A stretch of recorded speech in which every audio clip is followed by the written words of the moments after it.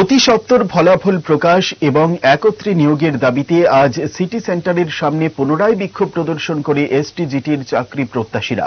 তাদের অভিযোগ 2022 সালে এসটিজিটি পরীক্ষা নেওয়ার 2 বছর অতিক্রান্ত হয়ে গেলেও এখনো পর্যন্ত ফলাফল প্রকাশ করেনি শিক্ষা দপ্তর।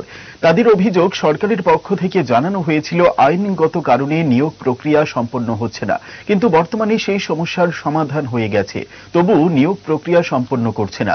অবিলম্বে নিয়োগ না করা হলে বৃহত্তর আন্দোলন গড়ে তোলা হবে বলে জানান তারা।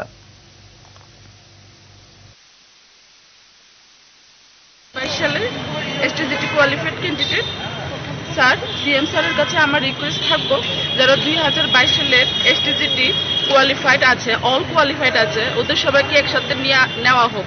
কারণ আমাদের 2022-তে এক্সাম দিয়েছিলাম, এখন 3 years running, already 3 years running. আর আমাদের মধ্যে অনেকেই আছে যারা ওভারেজ হয়ে গেছে বা ওভারেজ হবে।